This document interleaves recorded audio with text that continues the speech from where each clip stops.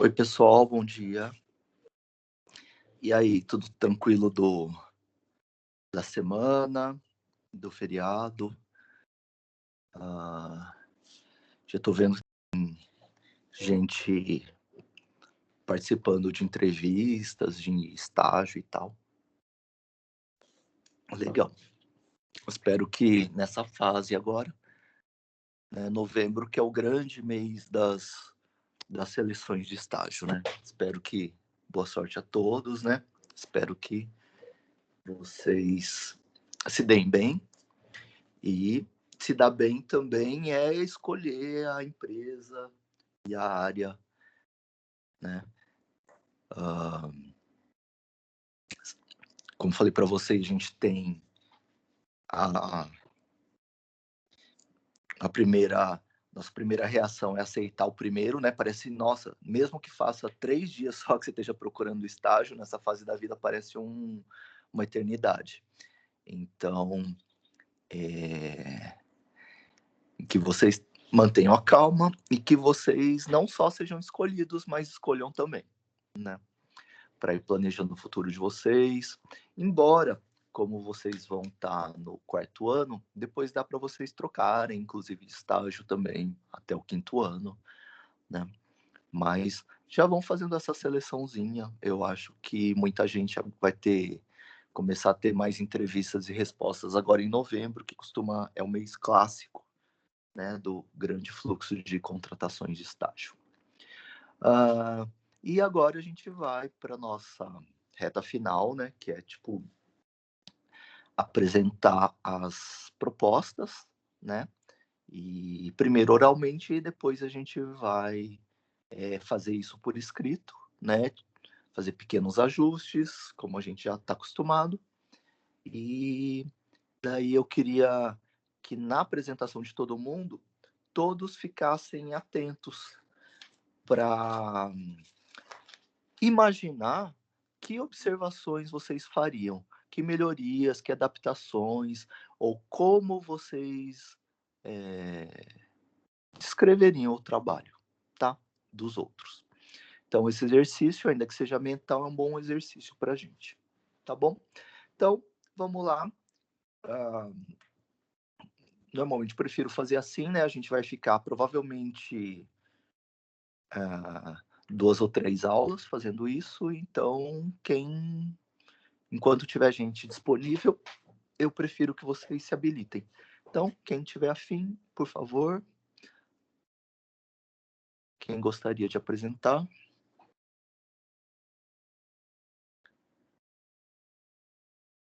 Eu posso ir, professor. Vai lá, Fabrício. Espera aí um instante. É só ler o projeto, né? Só ler o projeto. Tá. Bom. Não esqueçam de ler os tópicos, tipo introdução, tá? Mas aí é só ler mesmo, de boa. Tá. Valeu. Eu vou começar por uma introduçãozinha. Na parte de desenvolvimento do texto, foi mostrado maneiras de resolver o problema de latência de diferentes formas, proposta por vários autores. Nessa parte do texto, irei mostrar outra forma de resolver esse problema, usando o PathChar, Cache Control... Desculpa, Fabrício. Vamos começar desde o começo, tá? Como é que ficou a sessão 1 lá, tipo, contexto, objetivos. Não sei se tá incluído já. Mas se não tiver... tá bom. Se for isso, aí, beleza. Começar do começo do meu texto? Do começo, apresentar. Então, normalmente, trabalho acadêmico, mesmo que a gente tenha que apresentar várias vezes, a gente apresenta todas as vezes, tipo, objetivo, justificativa e depois a proposta. Tá. Tá? Tá. Acho que eu entendi, então. Vamos lá. Então, tá. Fala do resumo também? Ou posso pular? O resumo, tanto faz. Se você quiser falar, para a gente ver se tem alguma coisa, senão pode pular o resumo. Tá. Tá bom. Bom, introdução. Vivemos uma época extremamente tecnológica, onde a tecnologia está presente em várias áreas do conhecimento nas vidas das pessoas. Em uma época onde usa muita tecnologia, consequentemente gera dados e mostra o valor dos dados apontados, o valor dos dados, a ponto de se tornarem algo de grande valor.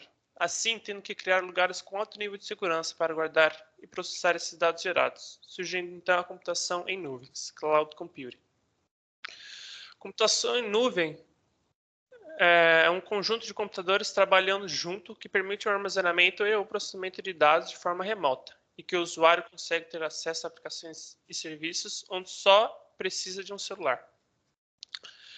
O uso da computação em nuvem vem sendo cada vez mais aceito pelas empresas, porém existem muitos problemas. Com o grande volume de dados gerados, as nuvens têm dificuldade de processar essa grande quantidade de dados de forma rápida e eficiente, já que muitas ferramentas são atingidas e não resolvem os problemas atuais e nem os complexos que surgiram ao longo do tempo. Desenvolvimento. Para muitos, o problema de velocidade de processamento dos dados pode estar relacionado ao hardware, que não está cumprindo mais seu papel. Porém, esse problema engloba muito mais do que apenas o hardware. O problema de hardware não é o principal, já que temos hardwares de altíssimo nível focados apenas para servidores. Esse problema ainda permanece devido a outros problemas relacionados, como um algoritmo fraco, que ajuda nesse processamento de dados úteis, a complexidade dos problemas surgidos, a distância entre os servidores e o usuário, servidores do usuário e os algoritmos usados. Observamos os problemas com outros olhos. Uma solução para o problema de velocidade é trazer mais perto o processamento dos dados gerados pelo usuário, ao invés de mandar até a nuvem. Edge. O Edge Computing é um método de descentralizar a nuvem e separar pequenas partes para o problema de latência seja resolvido. A parte a seguir falarei sobre algumas soluções propostas que trabalham com base no problema de latência entre usuário e servidor. Bayesian Network. Bayesian Network é um gráfico probabilístico que contém variáveis randômicas e suas dependências. Baseia-se em 3 etapas: discretizar a medida de latência usando clusters, criando o Bayesian Network usando os dados da latência e prever a latência usando a network criada, conseguindo obter valores pequenos com o aumento dos clusters. Mínimo 10 clusters deu um resultado considerável. O MTCP é baseado no uso de múltiplos caminhos, TCP, que permite a forma padrão de comunicação entre os servidores e cliente. Normalmente a comunicação entre o servidor e o cliente é por 2 caminhos.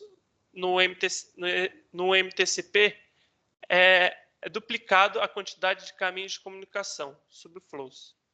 Ou seja, normalmente é um caminho só. Quando se usa o MTCP, a gente consegue duplicar esses caminhos e assim por diante. A ideia da implementação é transferir a nuvem de seu lugar origem para outros servidores, assim diminuindo a latência. A primeira fase é criar um túnel, um caminho, entre o servidor e o usuário para acontecer essa troca. A segunda fase prepara o disco virtual para migrar para outro servidor. A terceira fase migra o estado da memória da máquina. A quarta fase troca a VM origem pelo destino e vice-versa, e ativa o túnel. Esse caminho criado anteriormente. A quinta fase troca o IP que o usuário estava mandando e os dados. E a sexta parte apenas retoma a VM ao estado normal. Por ter muitas fases, dá a se entender que leva um tempo muito longo, mas esse tempo é bem considerável. Não aumenta nem diminui, fica ao mesmo tempo. GeoElasticity. Uma solução proposta para resolver o problema da latência é calcular quais das nuvens exibidas têm o menor tempo, verificando tanto seu tamanho quanto seu objetivo. Ou seja, ao invés de ir ao servidor origem, tentar ir para achar uma solução entre outros servidores disponíveis ao seu redor. tanto com o objetivo da pessoa, se é só guardar ou processar um dado.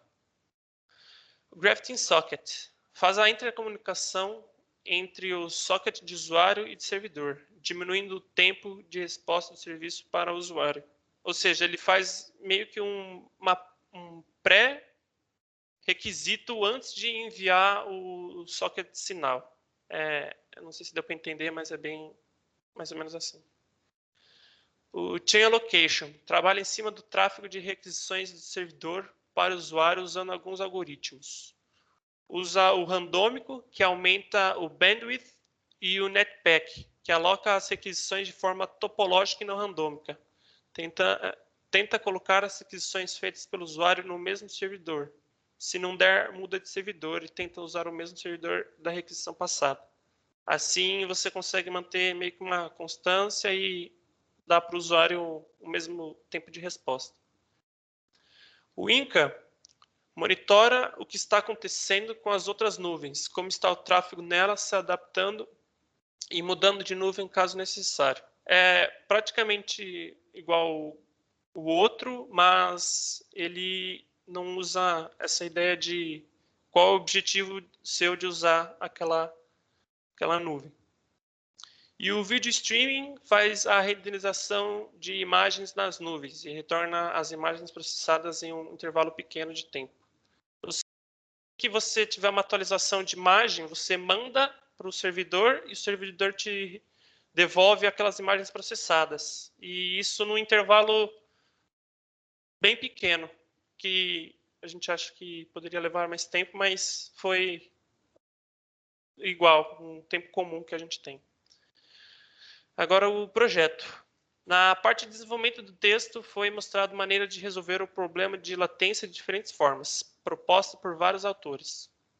Nessa parte do texto, irei mostrar uma forma de resolver esse problema, usando PathChar, Cache Control e ou servidores em regiões perto do usuário, e falar sobre a fibra ótica. Não resolve o problema de latência 100%, porém é a melhor opção que temos para diminuir esse tempo de latência. A latência é o tempo em que um dado ou uma requisição demora para chegar na fonte, e esse tempo pode ser medido em RTT, Round Trip Time, ou TTFB, Time to First Byte. A resposta de ambos é dados em ms. Para resolver esse problema, foi necessário inicialmente entender quais fatores aumento de tempo e depois pensar numa solução. Os fatores que influenciam na latência são o tamanho do bandwidth, largura da banda, tanto do roteador quanto do servidor, otimização ruim do back-end e os meios de transmissão dessa informação pela fibra ótica. O bandwidth é o tamanho do canal que são transferidos dados. Quando se gera uma grande quantidade de dados que não se consegue transmitir ou receber devido ao bandwidth não ser do tamanho suficiente, gera um aumento de tempo significativo. Um meio de resolver esse problema é usar o PathChar, algoritmo que consiste em enviar pacotes de dados de tamanhos variados, entre 32 a 64 bytes, em um caminho MTU de 1500 bytes, com um passo de 32 bytes. Aí tem uma formulinha explicando como faz o cálculo, resultando em um S de 45. Além disso, é enviado P pacotes por tamanho de cada hop, tendo como padrão P igual a 32. Para calcular o tempo total que vai levar do usuário até o servidor mesmo, a gente faz uma somatória dos pacotes vezes esse S anteriormente calculado e o tempo de ida e volta, do tempo da gente enviar o sinal e voltar o sinal para a gente. Agora eu vou para outra solução. A má otimização do back-end causa um aumento da latência devido aos servidores de banco de dados ou dos desenvolvedores estarem em uma região longe. Uma maneira de resolver esse problema é fazendo um cache control. A ideia do cache control é uma maneira de acessar os recursos de uma página de maneira mais rápida, ao invés de fazer requisição para o servidor toda vez que precisar daqueles mesmos recursos, definindo quando e como uma resposta seria guardada. As diretivas mais comuns do Cache Control são No Cache, verifica no servidor se a requisição não mudou, assim usando os dados anteriormente usados. No Store, requer que o usuário seja requisitado e baixe seus dados de tempo em tempo para o servidor origem, usado com assuntos de informação privada. Public, pode ser armazenado cache intermediário, ou seja, pode ter uma outra cache para guardar para você. Private, a resposta só pode ser armazenada pelo navegador que está acessando a página. MaxAge, armazena a resposta dentro de 3.600 segundos. SMaxPage, mesmo que o anterior, porém o S é de shared e é relevante para os CDNs. E o No Transform, mudar o formato das imagens para arquivos, mudar o formato de imagens e arquivos para melhor performance, para ficar mais leve para você fazer o download. A transmissão dos dados, como fibra ótica, naturalmente possui suas limitações, podendo afetar no tempo de latência. Para que não haja nenhum tipo de interferência causada pelo meio aonde esses dados navegam, a maioria teria que ser no vácuo. Porém, a melhor forma disponível para fazer essa transmissão é a fibra ótica.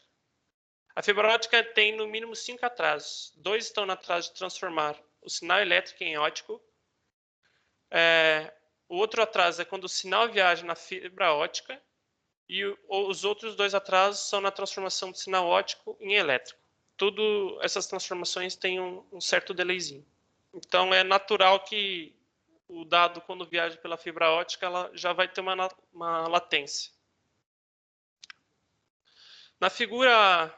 Aí eu pus uma figura. Na figura 1, mostra a comparação entre outros meios de transportar o sinal.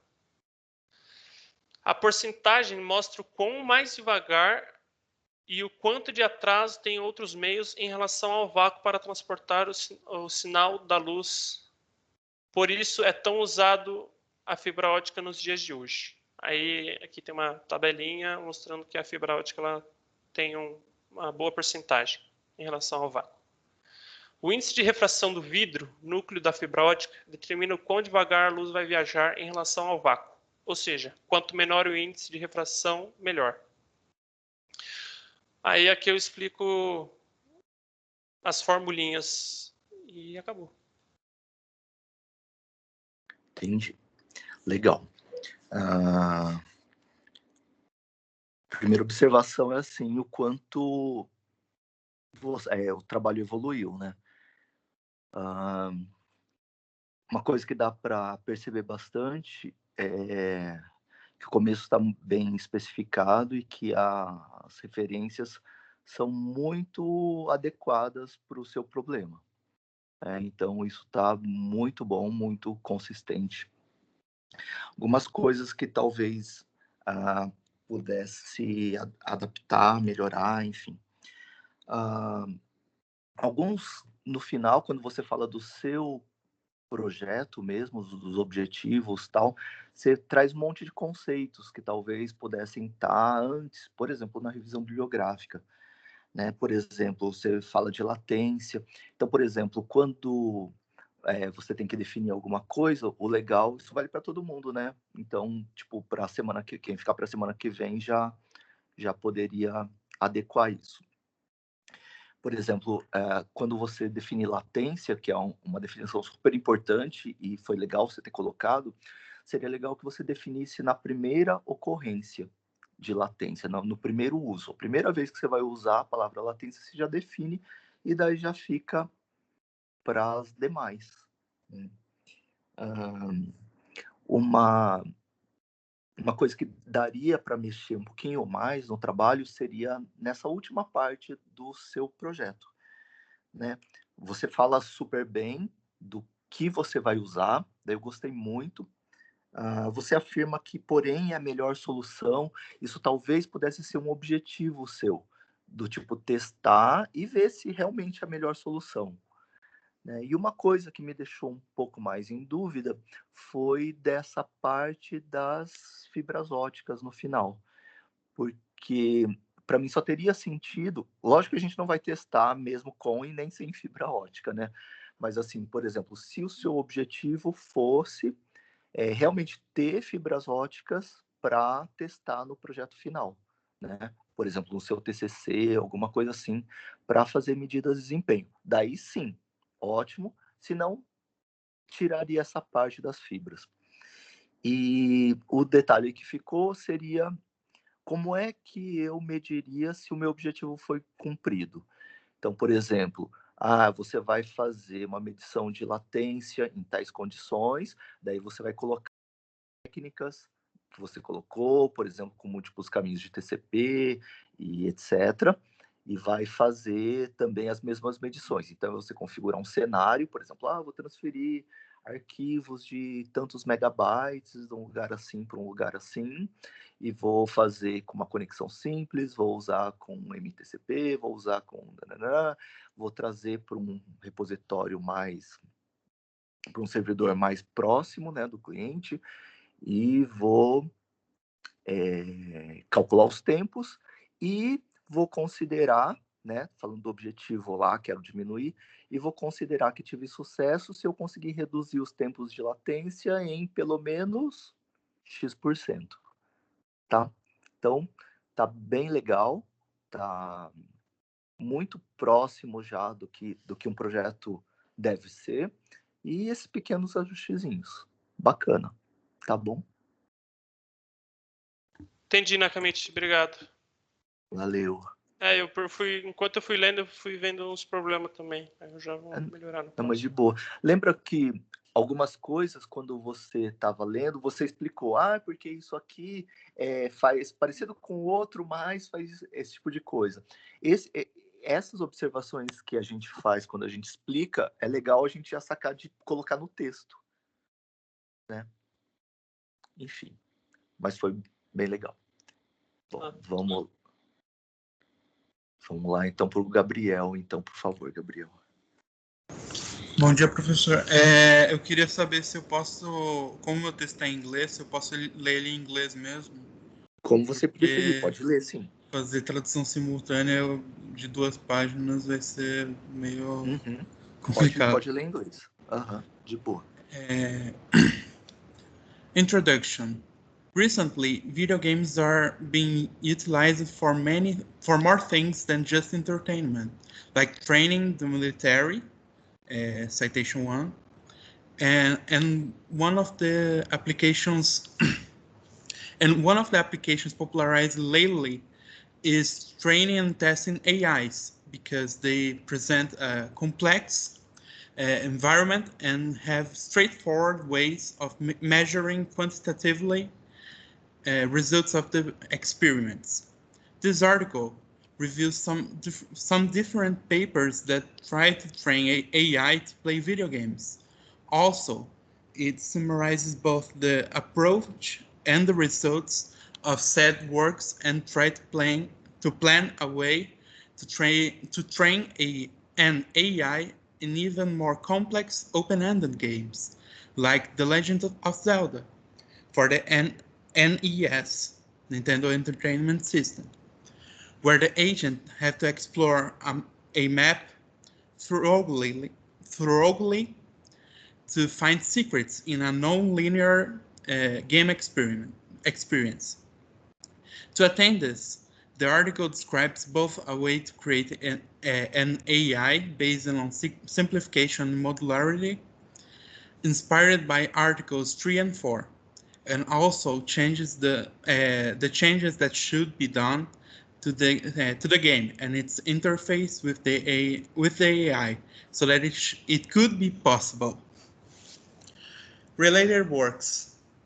The article 2 utilizes reinforcement learning methods with evolutionary algorithms to create a tangled policy graph composed by groups of programs in which every program would point to either another thing or to an input to the Atari controller provided by the ALE, Atari 2600 learning environment, where they trained the AI on initially a game for AI, and subsequently for groups of 3 and 5 games per graph, trying to show the potential of said implementation while solving complex problems, especially multitask, and resulting in pretty good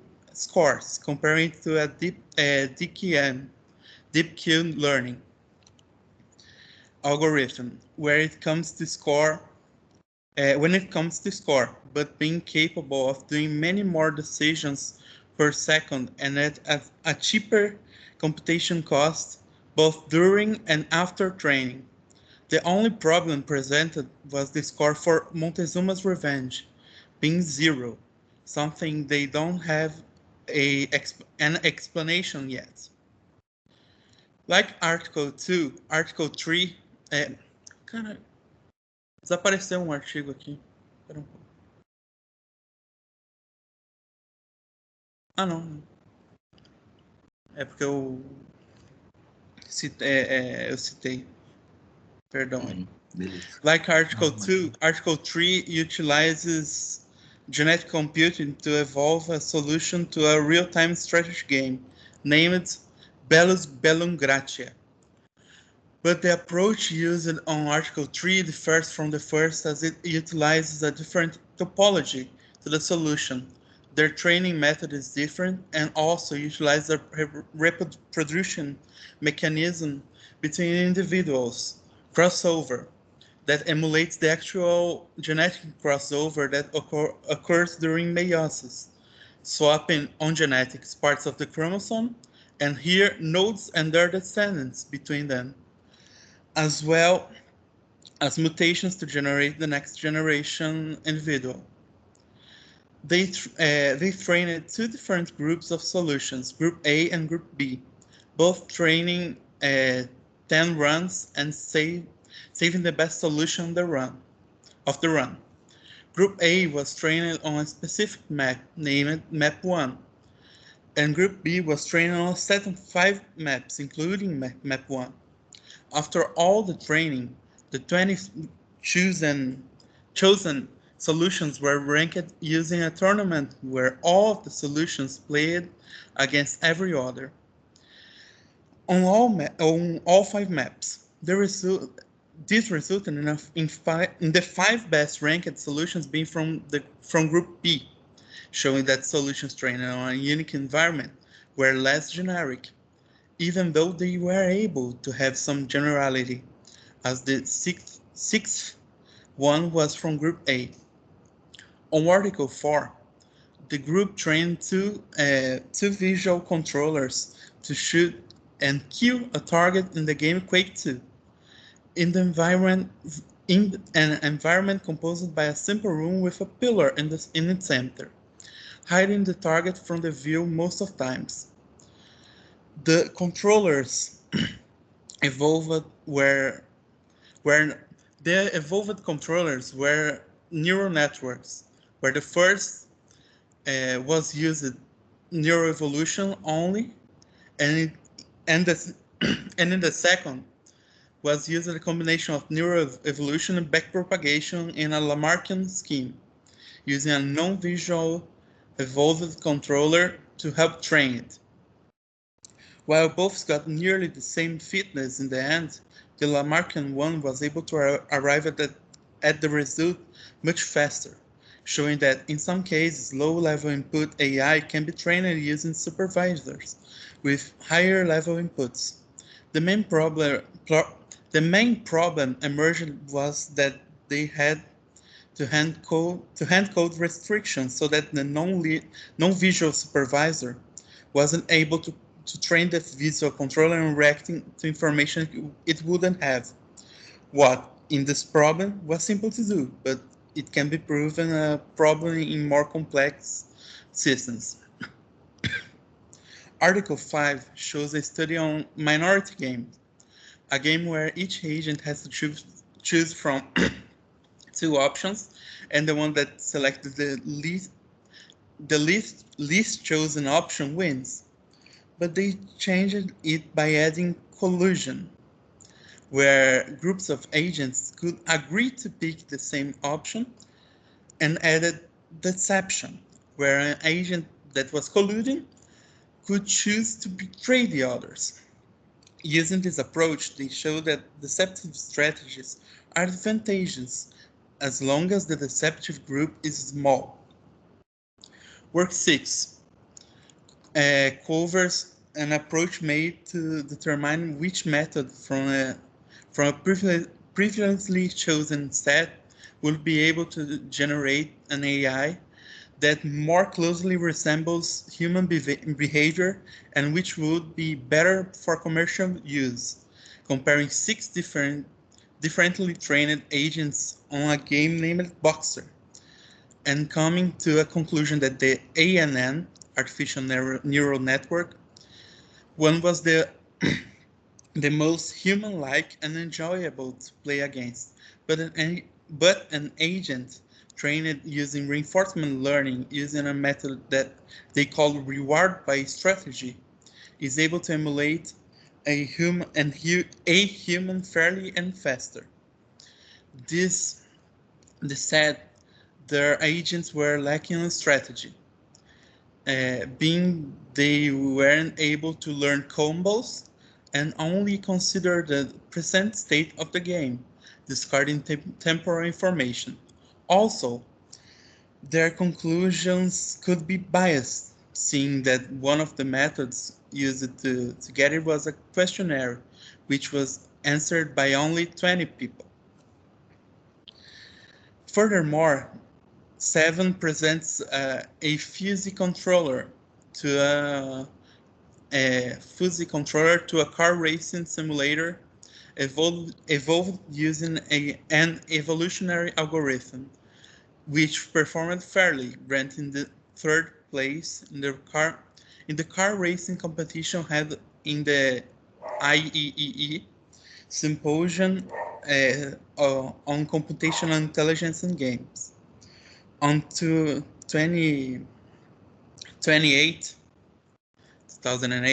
the controller used a series of fuzzy sets, and to be able to evolve, used a set of parameters that could be mutated, and just as on Article 3, used crossover. But in this case, the individuals would exchange a whole fuzzy set between them. The main problem found by them were that because of the way the fuzzy controller was set, it couldn't activate both the full acceleration and full brake sets, preventing it to achieve higher speeds and perform sharper brakes. 3. Proposition. As said before, this work's goal is to pave a way to train an AI in playing The Legend of Zelda, and to do that, we review some approaches to similar problems, even though the focus of those article games were different, i.e., they were less open-ended. Analyzing the problem and the related works listed above, there are many different solutions that could be used. In special, the solution used in 2 and a hybrid solution based on 3 and 4. The first solution based on 2 is utilizing a tangled policy graph generated with the usage of evolutionary algorithms and reinforcement learning, creating a self-organized modularized solution. But this solution depends in the usage of constants to evolve each generation, which, if not perfectly defined, could make a good result impossible. And finding these values is a very hard thing to do that demands too much of the researcher time and experience with similar approaches. The second possibility, which is inspired by both Articles 3 and 4, on the other hand, utilizes modularity and the simplification of methods to pursue the same goal, creating what could be a much more manageable and safe way even though not easy by any means. The idea is to firstly simplify the actions that the character Link could do in 4 categories: kill, move, use item, and change equipment item, with each action having a target. This way, the AI will have to choose between 4 options and some targets, which could be given to it by its interface with the game. Each action could, to keep things more fail-safe, be trained as separate AIs and assembled after their training to the main one, making possible to adjust certain behaviors separately. These AIs should receive as inputs the game image simplified and the target of their actions, and output the buttons that should be pressed to achieve said action. The main AI, in turn, should receive as inputs the possible targets to each action and Link's life, this way making it possible to choose what to do based on the contest. Between the possible solutions, the last one is probably the one with less chance of failure, and as such should be considered the best candidate for implementation. But further studies need to be made to ensure that it will be successful. Independently on the chosen approach, one thing is certain: changes need to be done to the interface between the game and the AI, because for both approaches, a score system needs to be implemented, so that it's possible to measure how successful the AI is, and so it's possible both to measure how successful the AI is and to evolve the AI across the generations. The score system needs to reward good choices and punish bad choices, being the good and bad defined by the objective of the game, exploration. So, getting a hidden treasure should be very valuable, and repeating the same actions over and over should be punished. This way, the AI will be deemed successful when it reaches a certain score threshold, which should be determined based on the score system implemented. To incentivize exploration, the game should also be changed so that the items that are used to explore are infinite. This way, enabling exploration without having to count bombs or having to replenish candle uses by changing the screen. Another change that need to be done, in this case for the second solution especially, is the passage of targets in a non-graphical way. That is, the AI should know what actions it can perform and what are the possible targets. This should be done in a way that it hides where the graphically hidden treasures are. É só isso que eu tenho por enquanto, não sei mais o que... Uhum. Legal. Nossa, o que eu tenho para falar?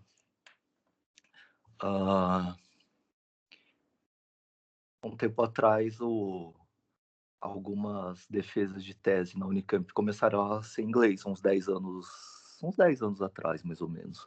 E daí isso foi para graduação e algumas disciplinas o povo faz apresentação em inglês. Então, legal sua iniciativa. E principalmente pela união da qualidade do texto com a do texto em inglês, né? Isso eu gostei bastante. Ele está super bem estruturado, né? A revisão bibliográfica é bem legal. Ele tem uns outros sistemas que fazem algumas coisas parecidas, ó. Até numa aula de inteligência artificial. Se você der uma olhada, acho que você vai gostar de algumas coisas que também usam computação evolutiva e falam também das gerações. Alguns colocam os visores das gerações, que eu acho que talvez, se em algum momento você resolver implementar isso, tal, podem dar ideias, né? pode ser, enfim. E ele tá muito, muito legal, né? Assim, pouquíssima coisa para fazer. Se você fosse fazer alguma coisa, assim, pro nível que a gente tá, ele tá perfeito. Mas se você fosse querer colocar alguma coisa a mais para você apresentar, ou num simpósio, ou tentar depois,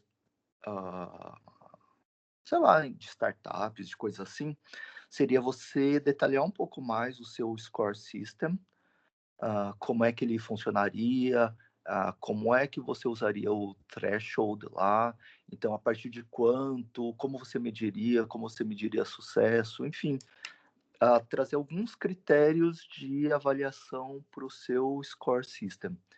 E, enfim, mas ele tá super bom, muito bom. Eu tinha pensado em fazer isso, detalhar mais isso, só que para isso eu teria que estudar muito mais aprofundadamente o jogo também, eu teria que pegar o jogo e ficar lá. Sim, você teria que descrever o Legend of Zelda, né? E isso iria demandar muito mais tempo, que é algo que agora não tenho como. Entendi. Então, para esse ponto ele tá ótimo, né? Mas assim, por exemplo, se fosse fazer alguma coisa assim no seu TCC, por exemplo, né? Daí eu colocaria só isso e daria para publicar depois, né? Dependendo dos resultados, obviamente, tal, né? Se desse tudo certo, né? Mas teria boas chances. Legal, muito joia. Obrigado, professor. Falou. Daí, Murilo, né? Oi, bom dia, professor. Bom dia, Murilo. Manda ver. Tá bom, vou começar a minha apresentação. Primeiro eu vou estar falando o resumo da proposta do meu trabalho. Meu nome é Murilo Paulo Araújo. Vou estar apresentando um trabalho de identificação de linguagem ofensiva em mídias sociais, utilizando algoritmo de aprendizado de máquina. O resumo seria que, à medida que cresce o número de pessoas que interagem através das mídias sociais, multiplica-se o caso de agressões e abusos online, como, por exemplo, a gente pode citar o assédio e o discurso de ódio. Até mesmo agora começou a falar mais sobre o bullying virtual.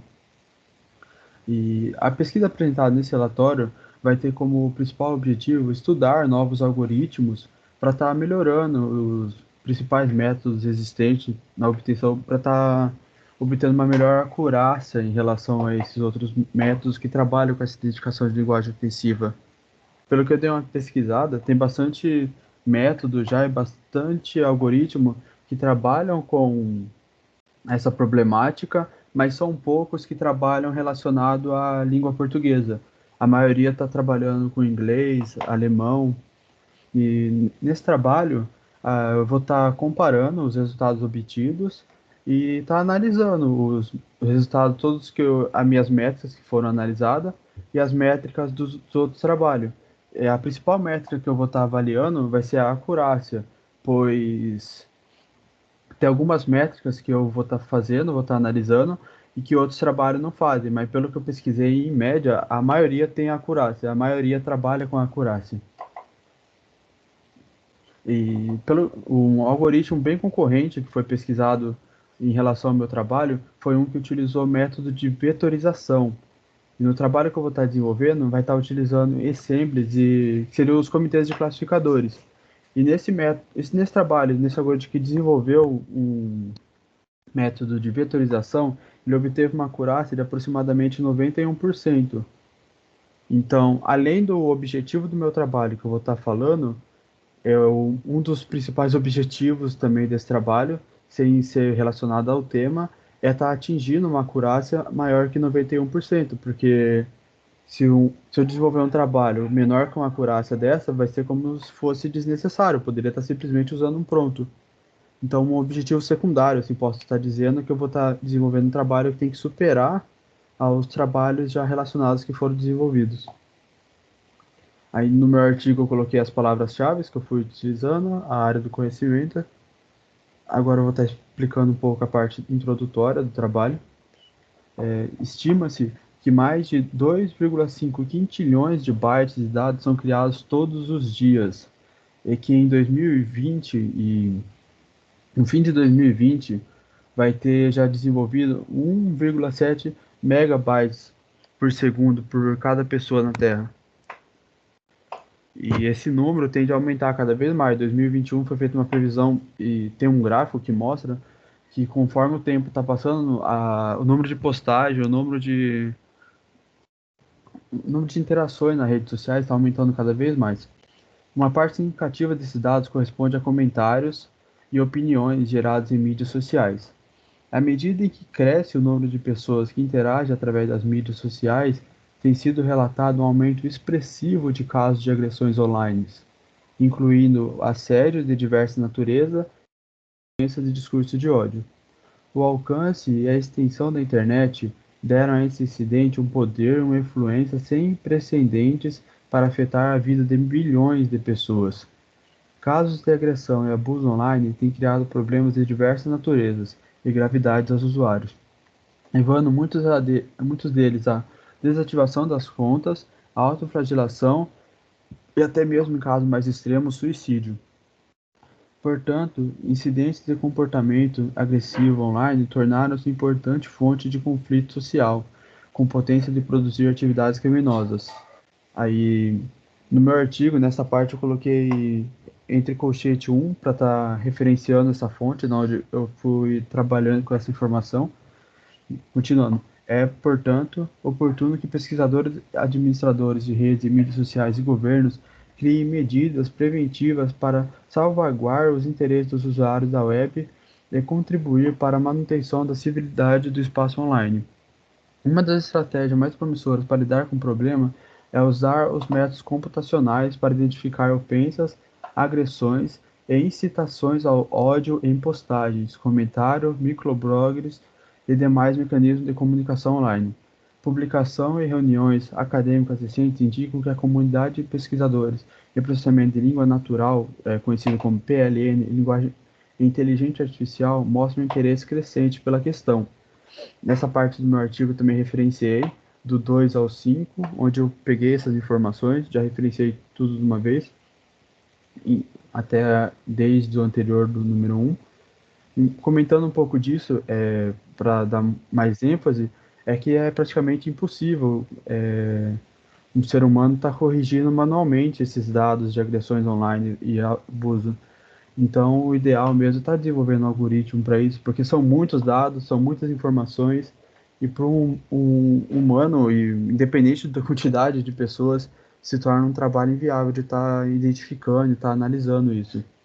Até também o porquê que muitos humanos podem estar levando para o lado pessoal, o que é um discurso de ódio para um pode não ser para outro, e tá treinando uma inteligência artificial e tá conseguindo analisar isso em relação a pessoas que fazem um dataset confiáveis, como por exemplo pessoas que trabalham com língua portuguesa, filosofia e sociologia, é o ideal, porque a máquina não vai entender esse sentimento de dúvida do que é ou não um discurso de ódio. Sim, ela pode estar errando, mas acredito que com menor frequência está corrigindo muito mais dados que um ser humano.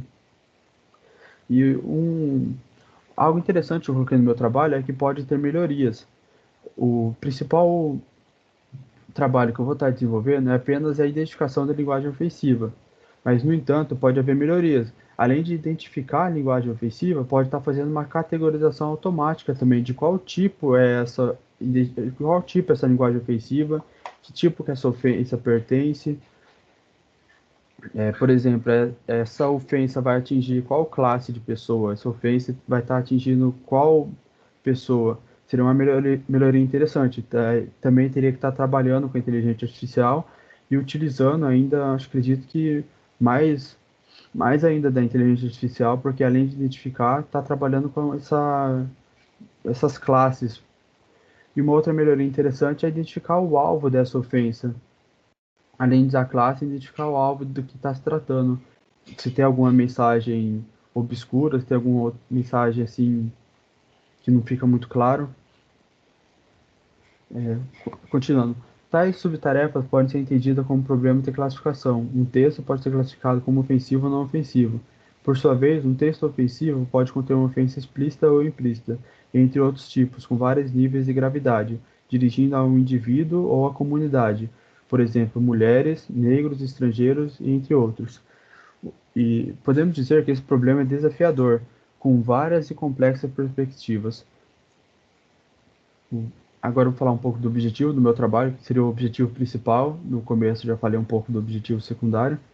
O objetivo principal desse trabalho, de forma resumida, nada mais é do que estar produzindo modelos de classificação para identificar linguagem ofensiva em textos publicados em mídias sociais, onde vai estar utilizando algoritmos de aprendizado de imagens supervisionados. Aí, logo após, eu coloquei todas as referências que foram utilizadas, coloquei mais de 6 referências, não sei se precisa estar lendo as referências. Não precisa não, de boa, só o seu texto mesmo. Ah, tudo bem. Desculpa, esqueci de falar uma parte interessante que o senhor tinha comentado, a parte da análise, da classificação. Vou estar falando um pouco disso também. O projeto será avaliado com as principais métricas. Será avaliado com a precisão, a medida F, a medida acima e abaixo da curva, conhecida como ROC e ALC, e a acurácia. Essas medidas são bem conhecidas na área da inteligência artificial. Vários trabalhos e artigos onde usam inteligência artificial trabalham com essas medidas para estar validando seus algoritmos. E essas medidas podem se obter através da biblioteca Python, scikit-learn e a Pandas, ou também calculando manualmente, aplicando nas diferentes formas relacionadas e na obtenção dessas métricas, onde essas fórmulas podem ser encontradas facilmente na internet. Tem vários exemplos de aplicações até mesmo, onde pessoas que utilizam algoritmos parecidos ensinam a estar aplicando. E, no entanto, independente de como essas métricas serão obtidas, como se pode dizer, através do algoritmo com essas bibliotecas ou manualmente, é necessário, estar utilizando a matriz de confusão, confeccionando matriz de confusão para estar auxiliando e verificando melhor os resultados. Para quem não sabe o que é a matriz de confusão, como o próprio nome já diz, é praticamente uma matriz, uma tabela, onde você pode estar executando o seu algoritmo e através dos seus resultados você observa ali o que deu falso positivo, falso negativo, verdadeiro positivo, verdadeiro negativo. Esses dados é muito importante porque a maioria das formas, como por exemplo a precisão, a medida F, é praticamente VP, FN, e você tendo a matriz de confusão, tendo esses valores, você simplesmente pega esses valores, aplica na fórmula e acha a medida e a precisão que você quer. Então é muito importante estar trabalhando com a matriz de confusão, estar analisando ela. Então eu posso dizer que o algoritmo que eu vou estar desenvolvendo vai estar utilizando a principal método de execução é a validação cruzada em 5 etapas, onde 20% eu vou estar usando para estar realizando treinamento e 80% para estar validando e verificando. E depois eu vou estar fazendo isso 5 vezes. Ou seja, no final dessas 5 vezes, esses 20% que são usados para treinamento, praticamente o algoritmo, o dataset inteiro trabalhado vai ser utilizado para treinamento. Pois 20% uma vez vai usar para treinamento, como já foi dito, e 80% para estar validando. Na segunda vez, outros 20%, diferente desses primeiros 20%, vai estar utilizando para estar treinando, e os outros 80% diferente também, alguns só que vai pegar igual, né? Porque não tem como pegar 80% diferente, é totalmente diferente, vai estar utilizando para estar validando. Então, fazendo isso 5 vezes e depois tirando desses classificadores e dessas execuções, torna um algoritmo muito eficiente, pois praticamente o dataset inteiro vai ser realizado para treinar e também para estar validando. E esses datasets, eu posso dizer que eu encontrei 3 na internet que posso estar utilizando nesse trabalho, onde os 3 foram analisados e escritos ali o que era discurso de ódio ou não por profissionais da língua portuguesa, filosofia e sociologia. O ideal de estar trabalhando com dataset é estar utilizando datasets confiáveis, ou conjunto de dados, porque, como já foi dito também, pode ocasionar dúvidas, o que é um discurso de ódio e o que não é um discurso de ódio. O que pode ser para uma pessoa, pode não ser para outra. Então, é sempre bom estar trabalhando com dados de pessoas que confirmam isso e que validam realmente, que conhecem na sua área.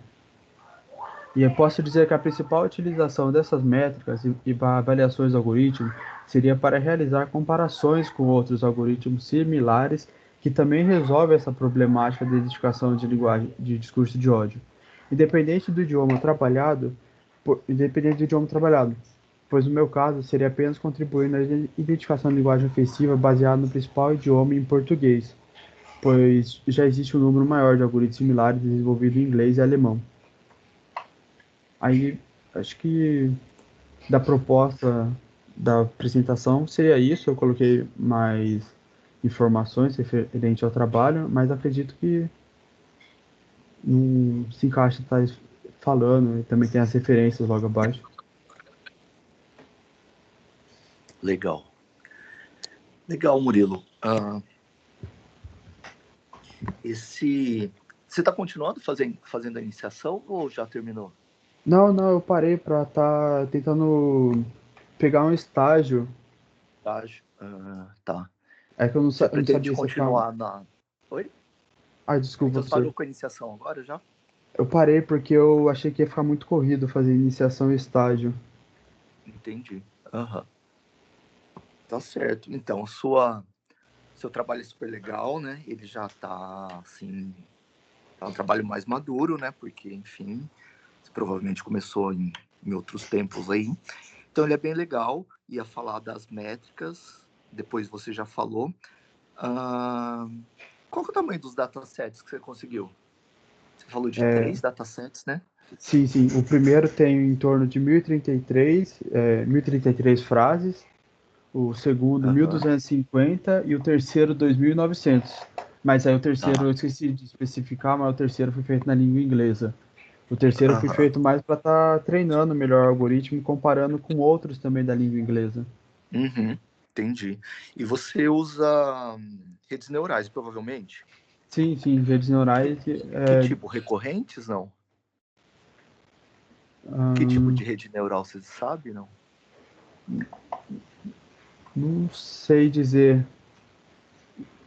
Não sei dizer o tipo. Você usou como? Com Python? Sim, com Python. Tudo em Python.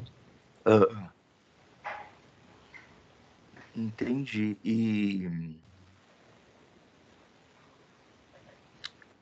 Deixa eu ver como que eu consigo descobrir.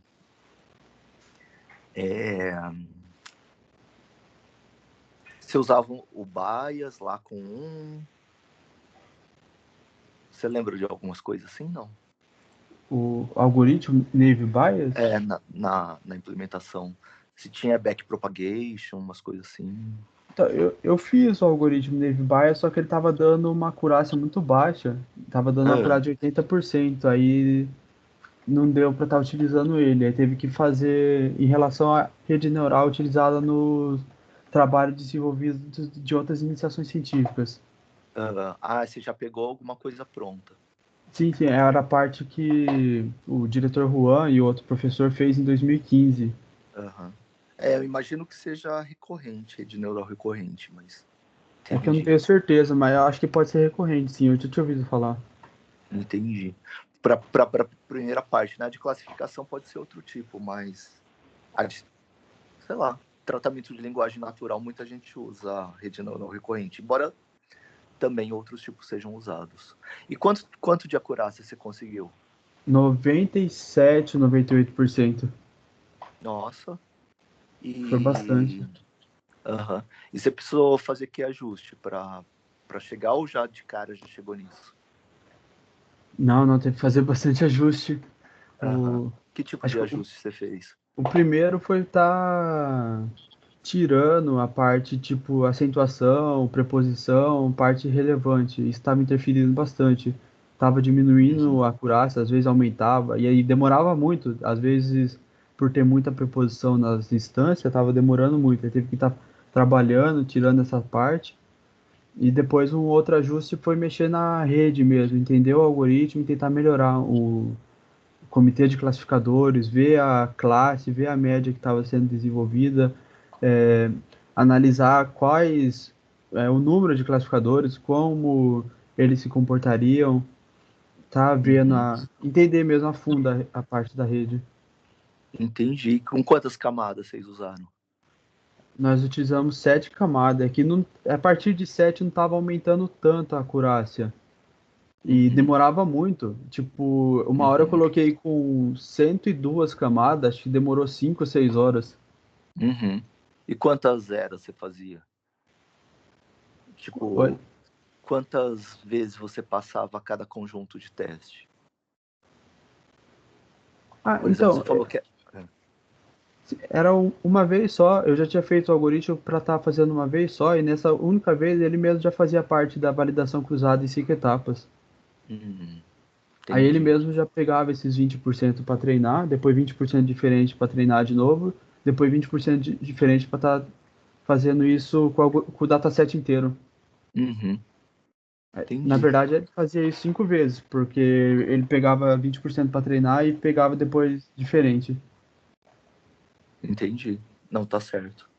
Legal. Bacana isso aí. Então, o que você poderia ter colocado mais, talvez detalhado mais para essa etapa nossa, seria enfim, as estratégias para medir se o objetivo ia ser completado, né? Agora que você tem uma visão já, você poderia completar com quais estratégias você poderia usar para atingir, por exemplo, a acurácia maior do que 91%. E tipo, o que você usaria para fazer a classificação? Por exemplo, o alvo, né, como você chamou. Sim, entendi. Mas bem legal. Entendi. Eu vou estar tentando colocar essa parte da estratégia, tentando melhorar. E o bom da iniciação científica é que dá para ter uma boa experiência de como funciona a área acadêmica, como funciona a parte. Sim. Porque você já tem que fazer os relatórios e tudo mais, né? Sim, toda semana tem um relatório. Legal, obrigado, Murilo. Nada, professor, obrigado.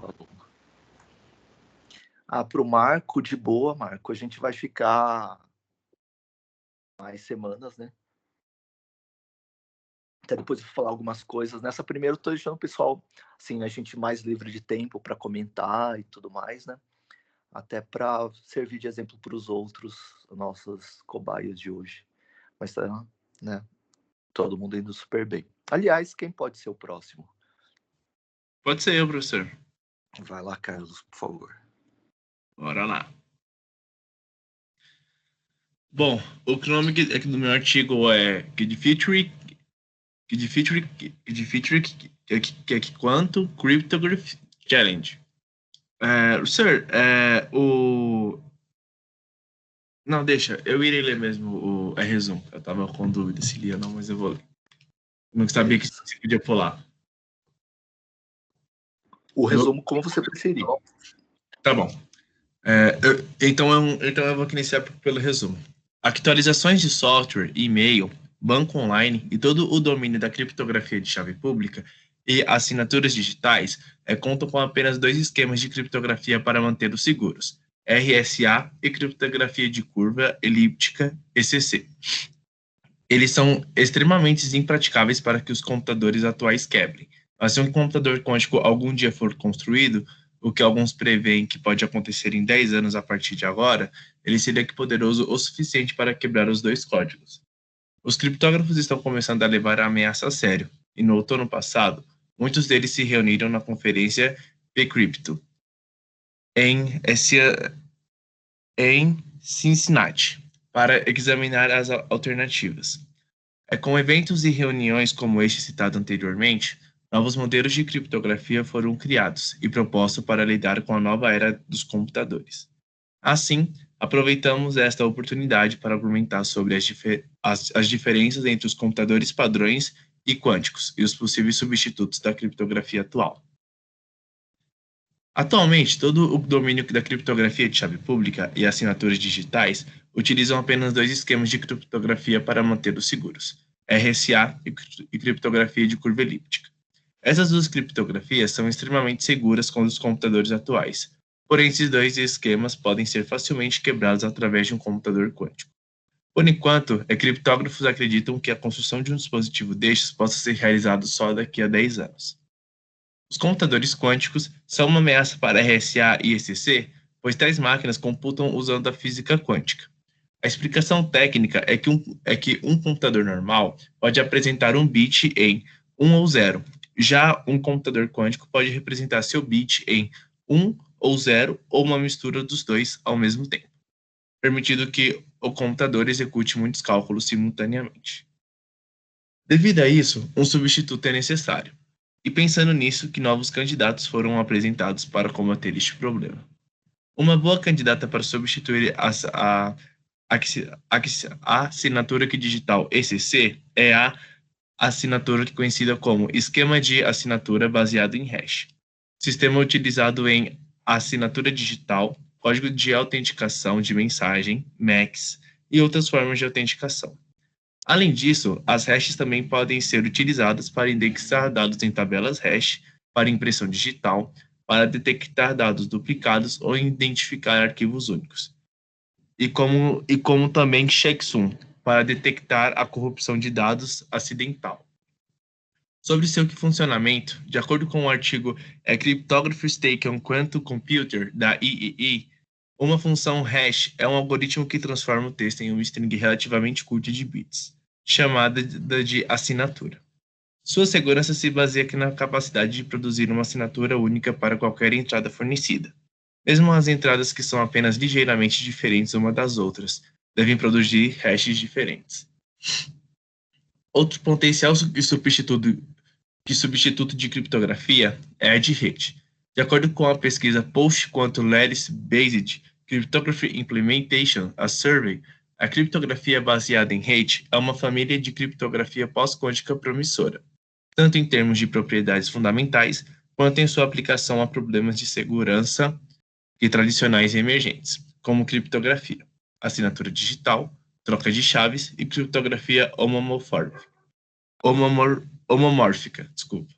Em quesito de segurança, um sistema de rede pode ser quebrado encontrando a distância mais curta entre um determinado ponto no espaço e a rede. Apesar de todo o perigo e que preocupa, isso não precisa, isso que não é necessário que ser buscado com emergência. Segundo o artigo Introduction to Post-Quantum Cryptography, acredita-se que todos esses sistemas, apesar de futuramente serem fracos, eles ainda resistam a computadores clássicos e quânticos, pois ninguém ainda que descobriu uma maneira de aplicar o algoritmo de Shor, algoritmo de logaritmo discreto de computador quântico que quebra RSA e DASA e ECDSA rapidamente para qualquer um desses sistemas. Há outro algoritmo quântico chamado de Groovers, que possui algumas aplicações para esses sistemas, mas o algoritmo de Groover não é tão chocantemente rápido quanto o algoritmo de Shor. Portanto, os criptógrafos podem utilizar os métodos tradicionais e compensando facilmente com tamanhos de chaves um pouco maiores. Mesmo assim, espera-se que não demore muito para que o algoritmo de Shor ou outro derivado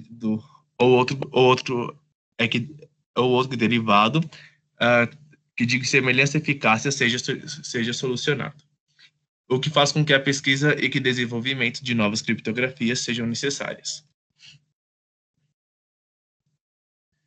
Nesses aspectos, os criptógrafos também estudam um sistema baseado em chave pública, conhecida como criptosistemas multivariados de chave pública, MPKC.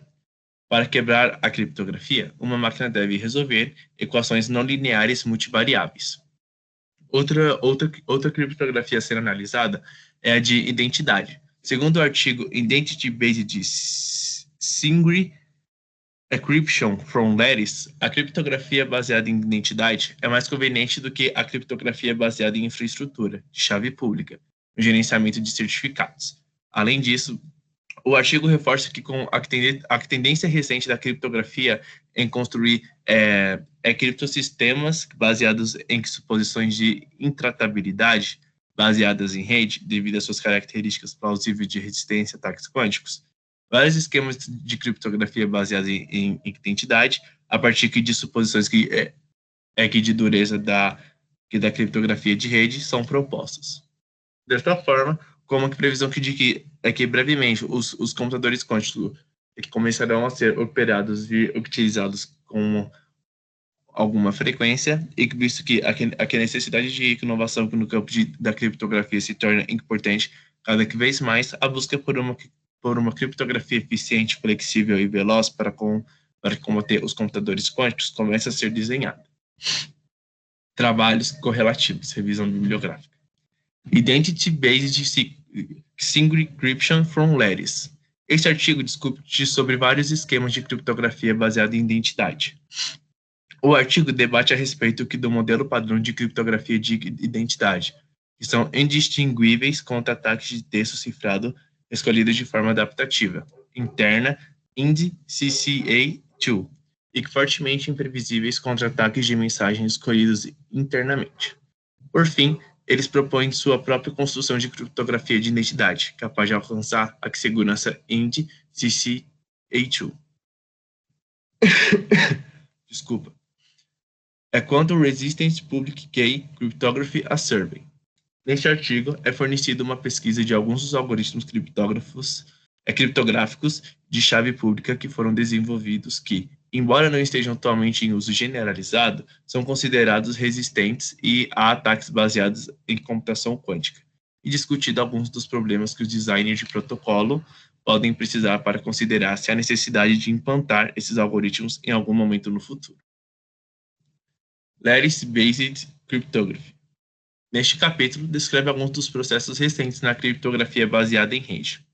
Além disso, discutem sobre as construções criptográficas baseadas em retículo que são uma grande promessa para a criptografia pós-quântica, pois desfrutam de provas de segurança muito fortes, baseadas na dureza do pior caso. Implementações relativamente eficientes, bem como grande simplicidade. Por fim, os autores acreditam que a criptografia baseada em rede é segura contra computadores quânticos, e eles pretendem focar nos aspectos práticos da criptografia baseada em rede, e menos nos métodos usados para estabelecer sua segurança. Introduction to Post-Quantum Cryptography. O artigo debate sobre a chegada dos computadores quânticos e seu poder para destruir com criptografias como RSA, DSA e ECDSA, apresenta os problemas que a criptografia atual enfrentará com a vida dos computadores quânticos, além de trazer uma explicação sobre os modelos das criptografias atuais e solução para o problema encontrado. Frodo, Take Off Your Ring, Practical Quantum Security Key Exchange from LWE. O artigo apresenta diversos modelos e teorias sobre a criptografia baseada em rede, que oferece alguns dos primitivos mais atraentes que se acredita serem resistentes aos computadores quânticos. Além disso, mostra que o interesse crescente de empresas e agências governamentais na construção de computadores quânticos propôs instanciações de protocolos de trocas de chaves pós-quânticos, práticos baseados em problemas difíceis em redes ideais, principalmente com base no Ring Learning with Errors, RLWE, problema. O que é computação quântica? Estado da arte. Este artigo apresenta o estado da arte da computação quântica, consistindo em uma breve introdução o que é sua história e origem, que são os principais pesquisadores do âmbito mundial, as dificuldades no uso desse tipo de tecnologia e suas principais aplicações. Post-Quantum Lattice, Cryptography Implementation a Survey. Este artigo levanta tendências em esquemas criptográficos baseados em rede. Apresenta algumas propostas fundamentais recentes para o uso de redes em segurança de computador, desafios para sua implementação em software e hardware e necessidades emergentes para sua adoção. Em seguida, segue as referências e agora eu vou ler a proposta. Vistos os conteúdos bibliográficos e o conteúdo apresentado, busca-se cumprir o objetivo de implementar uma criptografia que possa lidar com computadores quânticos, de forma que o processo para quebrá-lo seja longo e complexo, até mesmo com o uso de algoritmos fortes, utilizados para quebrar diversos modelos de criptografia, como o de Shor. Para criar essa criptografia, buscaremos diversos modelos seguros de criptografia usual e criptografia pós-quântica já existentes. Em seguida, que selecionaremos as melhores partes de cada uma dessas criptografias para posteriormente gerar uma nova lógica criptográfica. A priori, idealizamos utilizar um sistema efetivo para fazer a manipulação do dado, como o sistema baseado em rede. Em seguida, que faremos algumas melhorias no sistema, como resolver problemas, exemplo, o de vetores curtos. E buscaremos implementar a lógica de hashes para assegurar a integridade do dado antes de enviado. Para realizar avaliações, nós colocaremos diversos algoritmos de criptografia para tentar quebrar a criptografia teste. Caso ocorra falhas, visa-se realizar melhorias e ampliar o tamanho da chave para maior complexidade. Além disso, será analisado o tempo de processamento da criptografia, sua eficiência nos testes e nível de complexidade. O que foi isso, professor? Legal, Carlos. Então, você descreve bem descreve bem o problema, né? Coloca a bibliografia. Quem mais fez a revisão bibliográfica em itens, tenta colocar na forma de texto.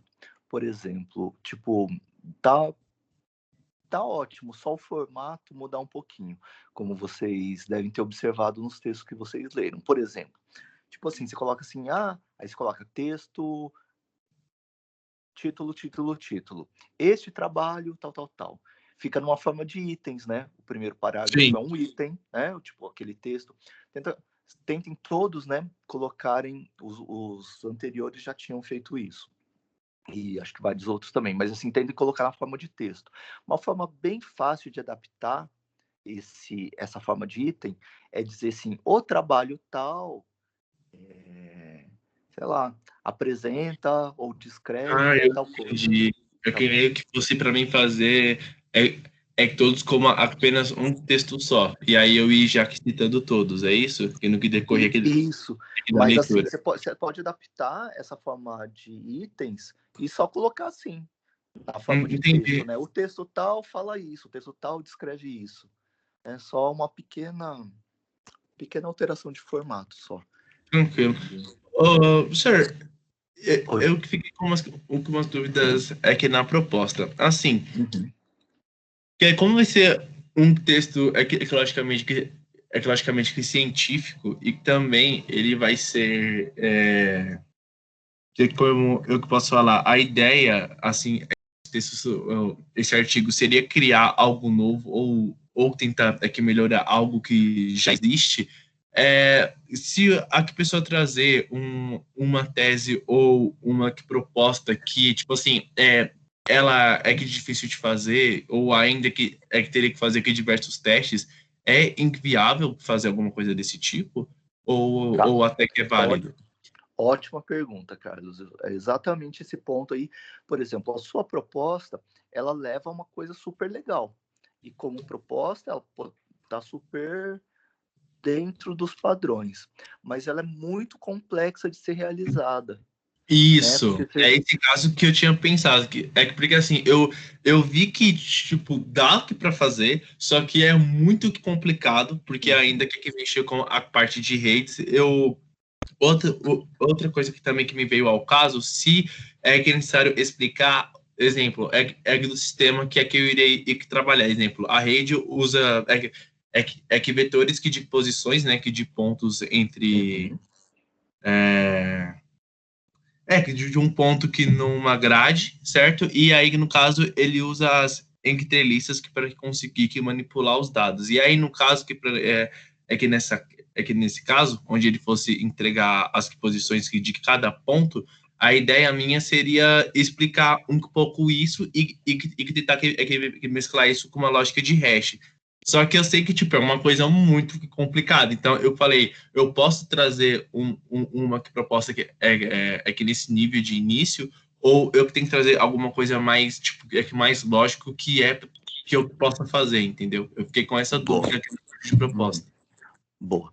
Então, ó, a primeira pergunta que é importante sua é assim, por exemplo, faltaria descrever essa parte, por exemplo, né, mais detalhada. Sim, para essa proposta, né, você está no caminho certíssimo.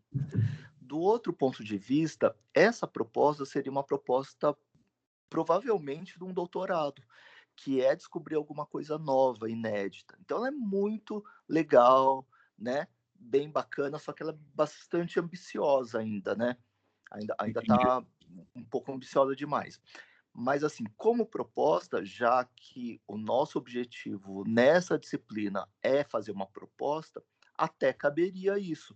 Mas já sabendo que, por enquanto, provavelmente, ela seria bastante difícil de ser executada, né? Sim. Né? Uma outra possibilidade seria você pegar algoritmos prontos e, por exemplo, fazer uma comparação. Entendi. Né? De, por exemplo, algoritmos prontos que já trabalham ou quebrando a computação tradicional, tipo RSA ou elíptica, e alguém. Isso. Tem Como que o ver Pedro se está fazendo, exatamente. Aí vocês proporiam uma eu coisa não tô olhando bem aqui do parecida, né?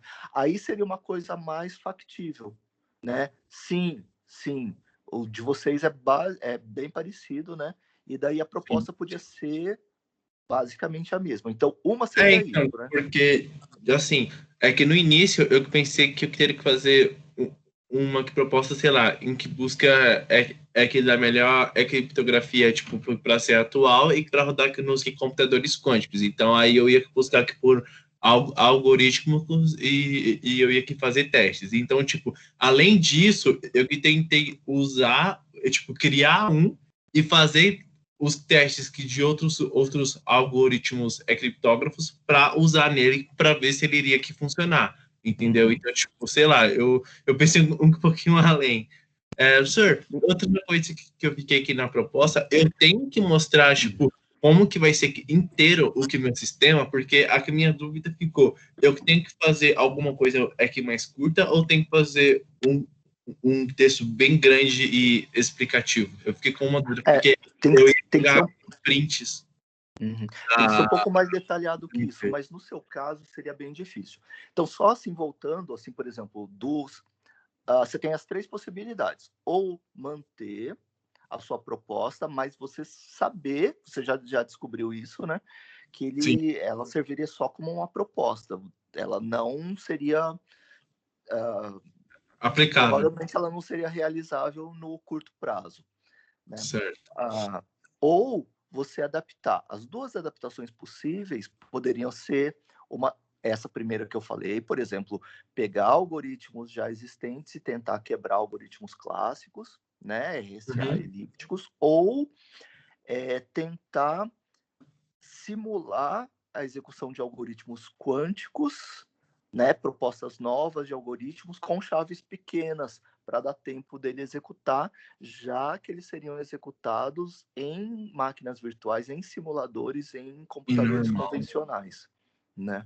Uma das 2 coisas seria mais factível, mas, de qualquer forma, nenhuma das 3 coisas você vai fazer, pelo menos não nesse semestre, né? Porque, não. Só da metodologia, né? Não é do TCC, né? Do desenvolvimento. Sim. Então, tem as 3 possibilidades. Você até pode continuar fazendo isso, propor, detalhar mais, mas é exatamente o que você falou, né? Já sabendo que ela, no curto prazo, ela provavelmente não é realizável. Entendi. Professor, é que no caso do nosso TCC o que obrigado, tipo, a criar algo novo ou você pode também aqui aperfeiçoar? Agora eu fiquei com essa dúvida. Aperfeiçoar. Normalmente, criar algo novo do ponto de vista acadêmico é tese de doutorado. Entendi. Que é estender a fronteira do conhecimento, enfim. E daí o que vocês vão fazer é achar um problema e resolver um problema, fazer uma pesquisa bibliográfica e tentar resolver da melhor forma, ou usando uma ou combinando soluções conhecidas. É isso que vocês vão fazer no TCC. Entendi. Tá? Então, exceto essa sua, né, que está um pouco ambiciosa, as outras todas dariam para ser feitas como TCC. Tá? Eu entendi. Bacana, professor. Eu acho que Legal, mas assim, como proposta, contanto que você saiba o que você está fazendo, né, e você já sabe, sim. Tá? Pode ser qualquer uma das 3 alternativas. Tranquilo. Beleza, professor. Beleza. Falou. Bom, 11h20. Eu acho que a gente não vai ter tempo para mais uma. Mas então, esse primeiro dia aqui de apresentações era esse objetivo mesmo, né? Ver o de todo mundo. Eu acho que dá para perceber aquela primeira apresentação que a gente fez em março, sei lá quando, e a de agora, assim, observando não só o de vocês, mas principalmente o dos outros, né? Acho que dá para perceber muita evolução nos textos, nas propostas, na coerência, né? Na sequência de pensamento. Eu acho que isso está bem claro e a gente né? A gente caminhou bastante bem. E daí a gente agora vai fazendo as pequenas alterações, né? Tanto dos nossos, né? Observando sei lá, os comentários do nosso texto, quanto dos colegas. E daí, na semana que vem, a gente continua. A gente vai tentar fazer, vou pedir para vocês tentarem fazer em 10, 12 minutos. Porque quando vocês forem apresentar, por exemplo, o TCC, vocês vão ter em torno de, no máximo, 20 minutos, não mais que isso. E daí isso vai ter, tipo, a modelagem, depois a implementação, os resultados e análise dos resultados. Então, nessa primeira parte, vocês demorariam em torno de 10 a 12 minutos. A gente vai tentar fazer por aí, ou no máximo 15 minutos. Vamos tentar, na medida do possível, né, seguir esse tempo, tá bom? Tentar planejar, cada um planejar a sua apresentação para 10, 12 minutos, assim. Tá bom? Não mais que 15. De boa? Então é isso. E daí, quem ainda não apresentou pode incorporar coisas que achar pertinentes. Os demais, os que já apresentaram hoje também, né? E daí, na apresentação dos outros também, e incorporando pequenos detalhes, né, que possam considerar pertinentes. Mas legal, a gente está caminhando bem, a gente já está com caras de projeto mesmo, né? Então, acho que a gente está cumprindo o objetivo do semestre nosso. Legal, obrigado pela presença de todo mundo. Boa semana. Boa sorte nas entrevistas de estágio. Quem ainda não conseguiu, acho que a maior parte deve conseguir agora, né? Novembro e a primeira quinzena de dezembro que são o forte. E quem não conseguir, depois de janeiro tem mais, enfim, essa época, como tem pandemia, talvez as coisas atrasem, enfim. Mas vão de boa, que tudo vai dar certo. Beleza? Obrigado, então. Boa semana para todo mundo. Até semana que vem.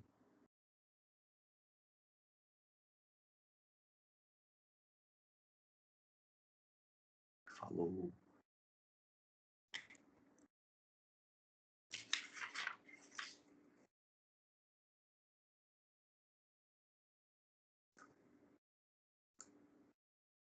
Falou, moçada. Boa semana.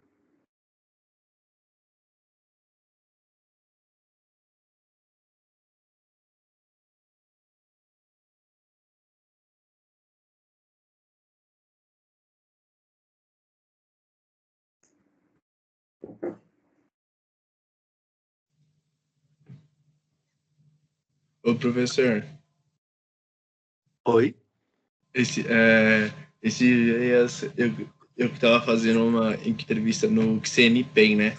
E aí eu passei, né, que numa fase, aí eu entrei aqui para a parte de entrevista. Aí, tipo assim, eu pensei que fosse mais uma entrevista normal, né? Então eu que não cheguei de fato a me preparar. Então eu entrei lá de boa, aí que veio a moça aqui do RH e tudo. Aí pediu para mim aqui apresentar, aqui apresentei, que fiz uma breve assim sobre os meus anos na faculdade, das coisas que eu fiz, etc. Aí eles perguntaram sobre a empresa que eu conhecia, que falei aqui de algumas áreas. Aí eu tava tão nervoso, que lá na hora um dos rapazes, eles mexem lá com, eles é do grupo de qual que fala? Eles eram, que mais que de uma parte mais interna, que mais com linguagem que de nível baixo lá do que CNPEM. Então eles iam mexer com a parte de hardware mesmo, quase. E aí ele que chegou aqui me perguntar que diga paralelismo, e na hora, eu travei, não me lembrei de nada. E aí eu até que esqueci que diga perguntar que se era em parte aqui do SO ou de fato que diga CPU. E aí eu fiquei, tipo, muito na dúvida o que era ou não. E aí, tipo, perdi, sabe? Porque é a fase que eu ia ter. E aí tá complicado. Umas eu passo, mas eu não... É que tem hora que eu não sai, não, eu acho. Mas leva isso como experiência de vida, meu, porque quase todo mundo fica nervoso, salvo pouquíssimas exceções. Bom, é que tem gente, enfim, todo mundo fica nervoso, então é um negócio de você aprender, de você passar por isso, e isso serve para todo mundo, né? E aprender a lidar com isso, e a respirar. Eu lembro quando eu fazia isso, uma coisa que dava muito certo para mim era respirar fundo. Porque na época eu tinha lido que uma das coisas que a gente faz quando a gente fica nervoso é respirar pouco. Então, tentar respirar profundamente, colocar, né, oxigenar bem o pulmão, tal. E daí ia saindo. Então, mas enfim, em algum momento da vida você ia ter que passar por isso, né? Sim. E é legal que você esteja passando agora, porque você tem ainda mais 2 anos, né? Tipo, quase 5 anos. Então, assim, você tem um tempo, né? Porque, igual onde eu estudava, a gente só podia fazer estágio no último ano. Então, vocês têm um ano a mais para se preparar, para passar por essa experiência, né? E, sim, enfim, bem. Fica tranquilo que algumas pessoas vão ter mais dificuldade em algumas coisas ou em outras, né? Mas vai dar tudo certo, viu, Carlos? E aí você vai aprendendo também a lidar com o seu nervosismo, a fazer algum esquema, igual para mim servia a respiração, né? Algum esquema que pode servir para você e ver que, na verdade, todos os candidatos estão mais ou menos no mesmo barco, né? E que... então, mas eu acho que se fosse outro mesmo egg da nossa sala, ia conseguir responder tranquilo. Não, mas você também responderia. Assim, eu sei, sabe? Mas não veio na mente na hora. Então, mas você também responderia se você tivesse um pouco mais tranquilo. Foi muito engraçado. Nossa, depois eu fiquei com o negócio na mente uns 2 dias ainda, pensando, putz, como é que eu não podia responder aquilo, sabe? Fica pesando. Não, mas numa próxima daí você, enfim, lida melhor com isso. Normal, todo mundo faz umas assim na vida, então de boa. Não esquenta a cabeça, leva tranquilo. E o bom é que aqui na região tem muitas dezenas de empresas na nossa área, então... Sim. Né? É a sorte. E lá, inclusive, né? Porque lá vai ter um monte de outras áreas, de outras chamadas. Nossa, é que lá é muito... É que legal que se desse para entrar, muito bacana. E você pode ter certeza que você não foi o único. Não foi o primeiro, não foi o último, não foi o único. Um monte de gente. E acontece isso nas melhores famílias, então fica de boa. Beleza. Obrigado, professor. Nada. Professor? Então, oi. Você ia falar com o Carlos? Não, eu ia falar com o Pedro lá, que eu li o negócio dele, depois eu dou uma olhada, assim.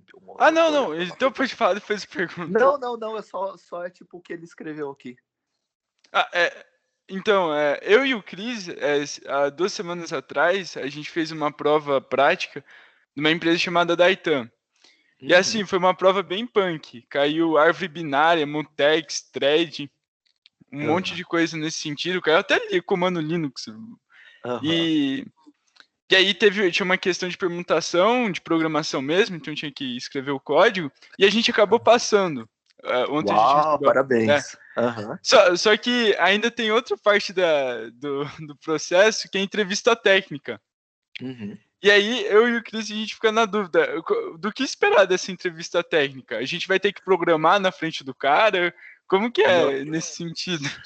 Depende da empresa. Normalmente, não. Normalmente, assim, você já passaram, são tipo os finalistas, e daí vai um grupo pequeno, tipo, com alguns a mais só que o número de vagas, para entrevista com o responsável da área. Às vezes é o gerente, às vezes é um engenheiro sênior, alguém que poderia ser o chefe de vocês, assim.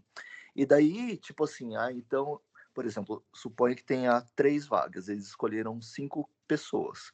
E daí o cara que que seria o chefe, né? O cara, o responsável pela área, que vai escolher dentre esses finalistas, assim, quem ele vai se dar melhor, quem ele acha que vai se dar melhor. Então ele vai reforçar algumas perguntas técnicas e daí ele vai tentar estabelecer um contato de tipo assim, você podia ser meu colega, sabe assim, você podia ser meu estagiário, né? Tipo assim, nossa, o cara lá é muito, sei lá, mal educado, ele vai chegar me xingando, sabe assim? Então ele vai tentar estabelecer um contato pessoal com vocês. Então, ele já sabe que vocês têm um bom nível técnico, ele vai possivelmente conferir algumas coisas, né? Conversar algumas coisas com você, mas eu acho que o principal objetivo dele é estabelecer um contato pessoal e ver quem teria um perfil para fazer parte da equipe dele. Entendi. Esse é o mais provável. Não, é porque programar na frente das pessoas eu acho que seria uma experiência muito estranha. Tipo, o cara olhando assim, sei lá. Não. Não, mais provável que não seja. Tá. Normalmente é uma conversa. Ele pode até falar assim, o que você já fez? Você já programou com isso? Como você fez? Sabe assim? Para ter certeza que vocês já fizeram mesmo. Mas... E o legal é também, tipo assim, ninguém é obrigado a ter feito tudo. E ele, às vezes, lembra da entrevista da que eu falei da arguição? Então, às vezes, ele começa a falar, só para ver o limite de até onde você fez. E às vezes ele pode perguntar coisas que você só veriam, por exemplo, na pós-graduação. E daí você fala, isso aí a gente não viu. Sabe assim, até para testar, assim, para ver, assim, por exemplo, depois o estagiário faz uma merda, ele reconhece, né? Tipo assim, aí ele pode falar assim, não, eu sei fazer. Sabe assim, aí ele vai falar, pô, será que esse cara sabe mesmo, né? Então, normal. Então, é uma conversa. Vocês vão, tipo, se mostrar, né? Sejam vocês mesmos que vocês têm muita chance. Tá. Né? Obrigado, né, processo vocês já passaram. Nossa, a prova foi horrorosa. Nossa. Mas você vê que foi para todo mundo e vocês passaram, né? Aí é que tá. O que a gente fica é quantos candidatos tiveram, sabe? Pra gente ter passado. Porque teve pouco, a gente, claro, teve mérito, mas não foi tanto. Assim, ao meu ver. Se tivesse. Aí que não sei também. Nas empresas boas, geralmente é bem concorrido. Então, vocês foram bem. Por exemplo, várias dessas coisas aí, a maior parte das universidades não trata. Por exemplo, você sabe que eu já trabalhei em outras universidades, tal, né? E nem todas tratam essas coisas. Essas coisas são vistas, por exemplo, a PUC vê, a Unicamp vê, mas a maior parte, a Facamp vê, mas nem todo mundo vê. Então, enfim, é uma forma de... Porque a prova é bem conceitos que eles vão usar, é bem conceitos complexos, abstratos, a tirar, enfim. Como vocês passaram, vocês estão na briga, né? Vai ser X1 entre eu e o Cris? Mas provavelmente não tem uma vaga só. Só. As grandes empresas contratam vários, né? Contratam às vezes 10. Assim, normalmente tem várias vagas. De um ponto de vista, sim, mas não é, né? Não é uma concorrência tão direta. Não, é só brincadeira. O que a gente achou estranho é que são 3 entrevistas em sequência. Então, às vezes pode ser com gerente de 3 áreas diferentes, para ver onde vocês podem se adaptar melhor. Porque depois dessa técnica é com o Caio, líder de área, depois da técnica. Então, pode ser, por exemplo, com o gerente de uma área, do outra e de outra. E daí vocês vão ver onde eles gostam mais de vocês, mas onde vocês gostam mais também, de qual área vocês gostam mais, né? Olha, isso aí eu ia gostar de fazer, olha, isso aí talvez eu não tenha tanta familiaridade, mas eu vou gostar de aprender, né? Sei lá, né? Daí eu acho que vai ser mais uma conversa para ver em que áreas vocês se encaixariam, sempre pensando que sempre tem uma percentagem a mais de candidatos nessa fase, né? Por exemplo, se ele perguntar algo específico, você recomenda relembrar alguma coisa? Do tipo, se ele, sei lá, métodos de ordenação, algo do tipo? Desculpa, eu não entendi a pergunta, Vitor. Por exemplo, se ele perguntar só uma hipótese. Por exemplo, se ele perguntar de algo específico em relação à computação, você acha que teria alguma área que ele focaria mais?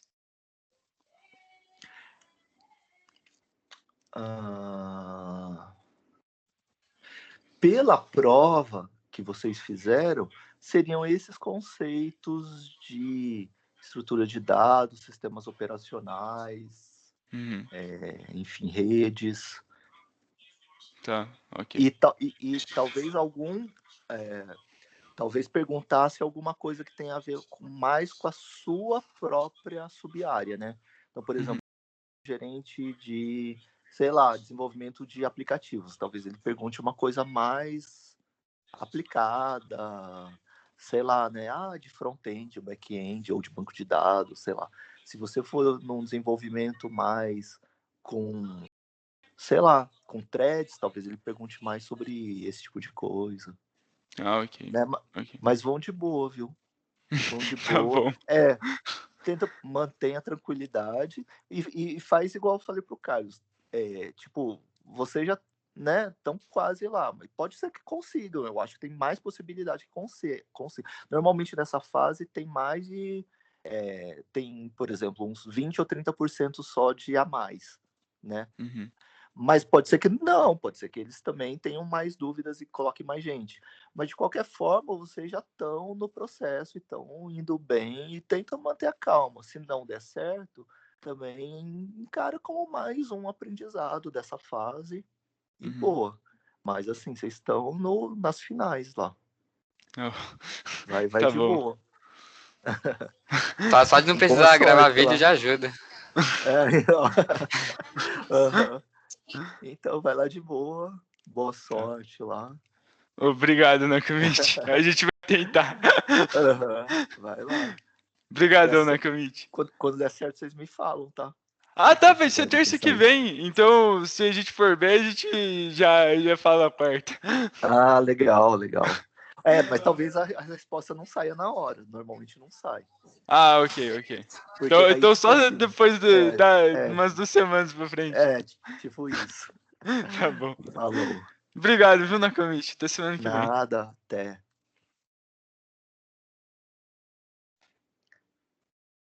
Falou, moçada, então. Até semana que vem. Tchau, professor. Até sexta que vem. Falou, até.